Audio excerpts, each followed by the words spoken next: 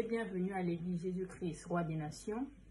Pour ce nouveau résumé du culte du 23 mai 2021, c'est Dieu qui établit. Nous sommes dans 1 Roi chapitre 2, versets 13 à 27. Adonija, le fils de Hagit, alla trouver Bathsheba, la mère de Salomon. Elle lui demanda, « Es-tu venu avec des intentions de paix ?»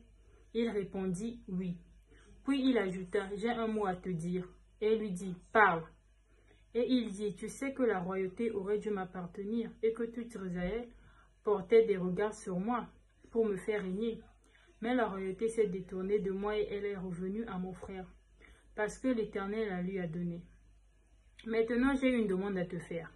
Ne me repousse pas. » Elle lui répondit, « Parle. » Et il dit, « Je t'en prie, dis au roi Salomon de me donner pour femme Abishag la Sunamite, car il ne te repoussera pas. » Bathsheba dit, « Bien, je parlerai au roi en ta faveur. » Bathsheba alla donc trouver le roi Salomon pour lui parler en faveur d'Adonija. Le roi se leva pour aller à sa rencontre et se prosterna devant elle. Puis il s'assit sur son trône.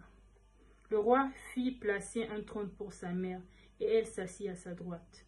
Elle dit alors, « J'ai une petite demande à te faire, ne me repousse pas. » Le roi lui dit, « Fais ta demande, ma mère, car je ne te repousserai pas. » Elle dit, « Qu'Abishag la Sunamite soit donnée pour femme à ton frère Adonija. » Le roi Salomon répondit à sa mère, « Pourquoi demandes-tu Abishag la Sunamite pour Adonija?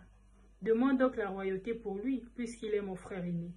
Demande-la pour lui, pour le prêtre Abathar et pour Joab et le fils de Tchirouja. » Alors le roi Salomon prêta ce serment par l'Éternel, que Dieu me traite avec la plus grande sévérité, si ce n'est pas au prix de sa vie qu'Adonija a prononcé cette parole.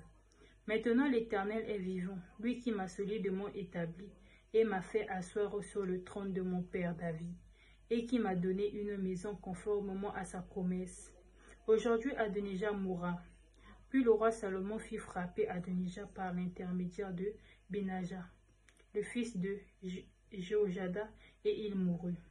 Le roi dit ensuite au prêtre Abathar, « Va-t'en à Anathoth, dans tes terres.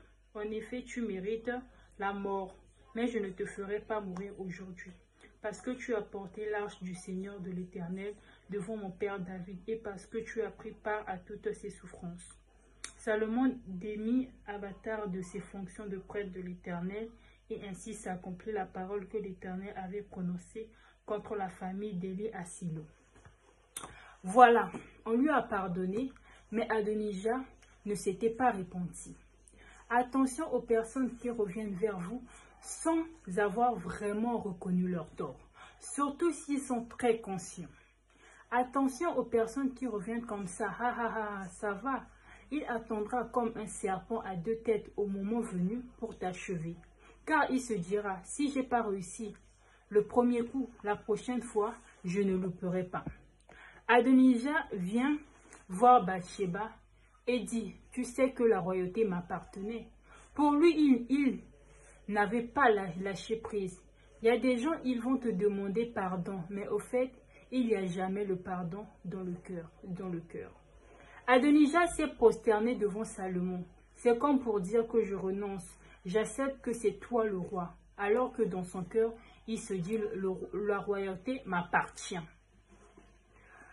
Quand Salomon a été établi roi, il y a eu des cris qui ont été tellement puissants que la terre tremblait.